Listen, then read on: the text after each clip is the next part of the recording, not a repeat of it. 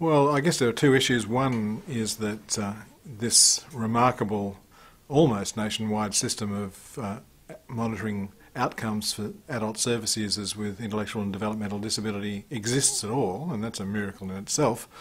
But secondly, what we can do with the information that arises from that to understand how well policy and services are working for people with disabilities. One of the things that we'll be talking about tomorrow involves choice making by people with intellectual disabilities, and we focus particularly on the choices around where you live and who you live with, because they seem to us to be pretty important choices that determine lots of other things in your life.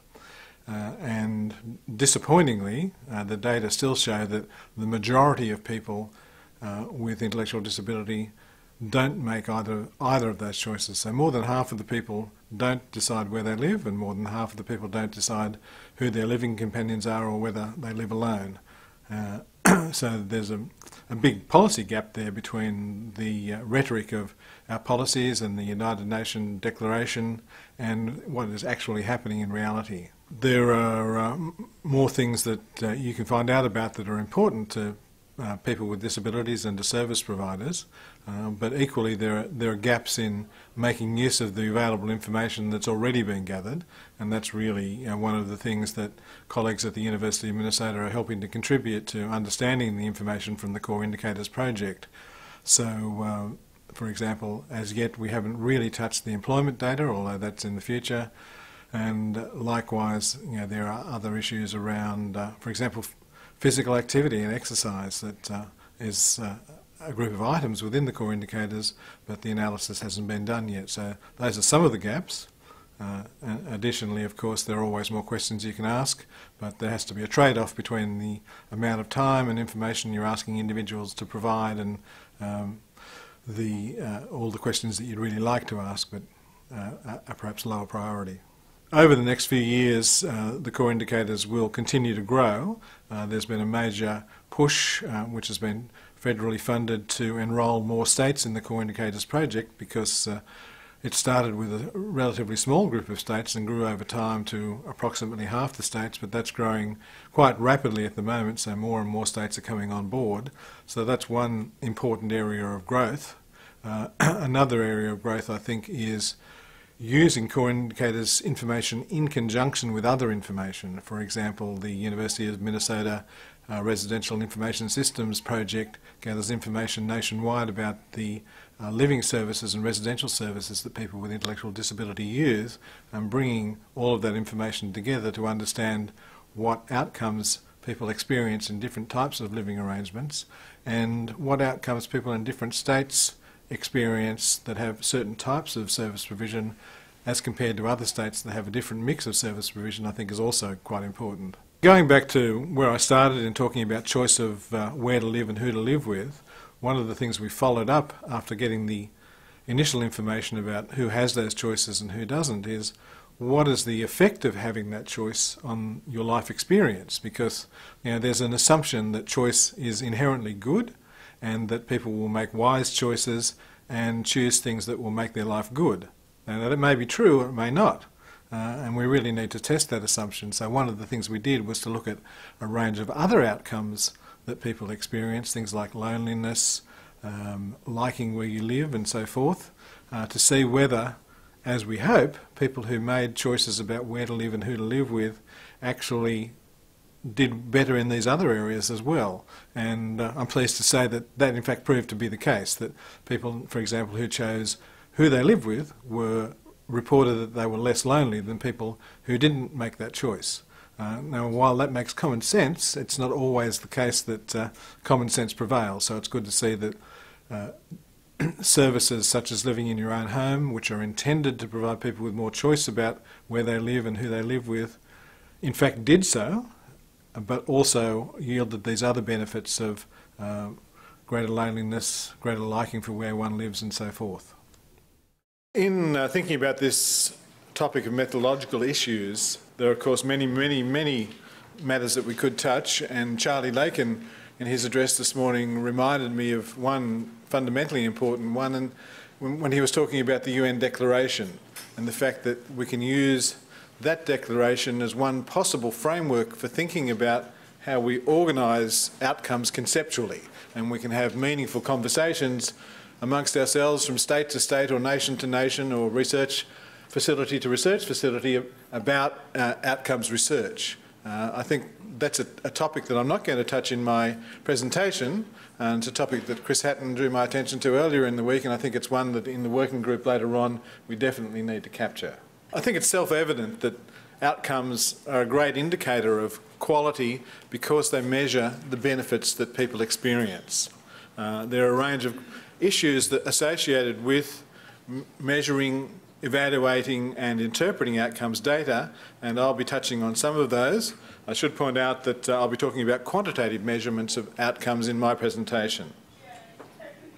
And there are a number of questions that we might like to ask ourselves that we can try to answer using outcomes. Questions like, how are people with intellectual disability doing relative to other people in the general community? Or are our services and our policies achieving their intended effects? Just because we have good intentions doesn't mean that the outcomes will be beneficial. Is this intervention effective or not? And are we doing better than we have in the past? And depending on the kind of question, we've got a nice little update there, have we? That's interesting. This is going to test my mousing skills again. Those of you who were here yesterday saw my incompetence in that department. There are different issues that we have to deal with, and often different solutions, but also different compromises that we have to engage with. And one of the things that I want to communicate today is that very often we're facing a situation where we need to make compromises and trade-offs in the methodology for this work. I'm going to be talking about a number of different topics. I'm not going to read through that. These are the topics that were more or less in the abstract, although I have added and subtracted a little. So it's no truth in advertising as far as abstracts are concerned, I'm afraid. To begin with, though, I want to talk about what at one level seems obvious, but I think it's important to state it, and that is that we need to address a range of outcome indicators. And I'm going to refer to some of Eric's research in talking about this. This is a study that was done a decade or so ago, where Eric and his colleagues measured 31 different outcomes related to those issues listed there on the screen. And what they then did was to look at the relationships among those 31 outcome indicators, leaving out those that were confounded because they were subscale to overall scale and that kind of thing. And so they evaluated 337 partial correlations after controlling for adaptive and challenging behaviour, and found overwhelmingly, as you can see there, that those correlations were not significant. And even the 15% or so that were significant at 0.01, only a small proportion of those had a correlation coefficient of 0.25 or greater. So there was a lot of heterogeneity amongst those outcome indicators, and they concluded, I think entirely appropriately, that the support for some kind of overall outcomes index is just weak or non-existent, and that by implication, if we want to capture the full range of outcomes, then we have to assess a range of outcomes. And there's no silver bullet, there's no all-encompassing scale or outcome that allows us to extrapolate to outcomes that we haven't assessed. And I think, of course, there's a fundamental logical basis to that. If we want to know about a particular issue like choice, then of course that's what we measure. We don't measure other things. And as Charlie reminded us this morning, there needs to be a congruence between the questions that we ask in relation to the outcomes and the nature of the issues that we're trying to research. As you heard yesterday, one outstanding example of this, and I can be very positive about the national core indicators because I'm just a Johnny-come-lately. I've just had the privilege of working with the data, and there are many, many people in this room and elsewhere who've worked long and hard to assemble those data. One of the great elements of the national core indicators is the size and representativeness of the sample. That allows us not only to make reasonably definitive statements about the life experiences of people with intellectual disability, but also to look more closely at particular subgroups of individuals. So, for example, I mentioned in the talk yesterday morning the obesity data from the national core indicators, and we're able in the paper that we published in 2011 to look not only at overall levels of obesity or by gender, but also to break that out at the same time by gender, by age group and by race and ethnic group. So some 20 or more subgroup analyses, and the power, because of the sample size, was still there to have reasonably narrow confidence intervals when making comparisons within those subgroups. And that's one of the real benefits of large representative samples like that. Eric Emerson, in his presentation later this morning, will be talking about secondary analysis of population-based surveys and administrative data sets, and these have many benefits that Eric will be telling us about. Their sampling procedures are usually excellent, and likewise there's a possibility of assembling reasonable sized samples of people with intellectual and other forms of disability, and of course very importantly they enable us, because these are population based and capture the same data about all members of the community with and without disability, to make those comparisons that I talked about earlier. And another fundamental issue, and Glenn Fajira mentioned this yesterday, and I'm sure we'll talk about it more again today after David Phelps' presentation, is the issue of obtaining data direct from people with disabilities, which of course is of fundamental importance. We have to know about people's life experience, and very often they're the only valid source of information, particularly about more subjective aspects of life experience, and we have to know their views about their life experience and the services and supports that they receive. But I want to mention one additional issue that relates to self-reporting, and that's the question of which assessments we use. I think this is an example of the sort of trade-off that I mentioned when we started at the beginning, or methodological compromise. On the one hand, we can use mainstream assessments, which have some advantages that because they enable us to tap into existing population norms and make comparisons with the general community. But the cost there is sometimes the items are more complex, and that leads to greater difficulty for people with intellectual disability in being able to respond to the questions. And because of that, we've developed a number of intellectual disability specific assessments to measure the same characteristics, which are easier for people to respond to, and so we can have larger numbers of people with intellectual disability give us answers to those questions, but at the cost of loss of comparability with the general population.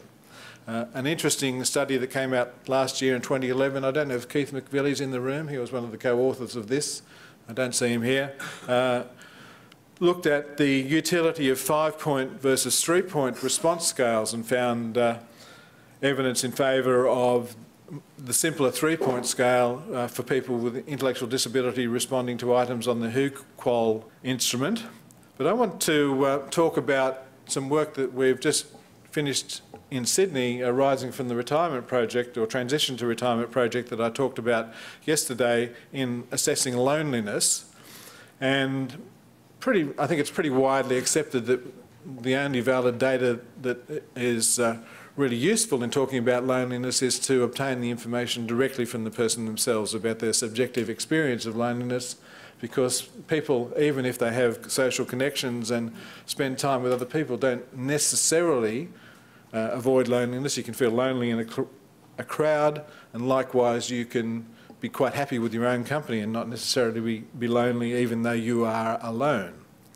And we, in that research on retirement and transition to retirement, use two different scales. One, the UCLA loneliness scale, which is designed for the general community, and another scale that was originally developed by Janice Chadsey-Rush and colleagues called the Worker Loneliness Questionnaire, that we changed a little.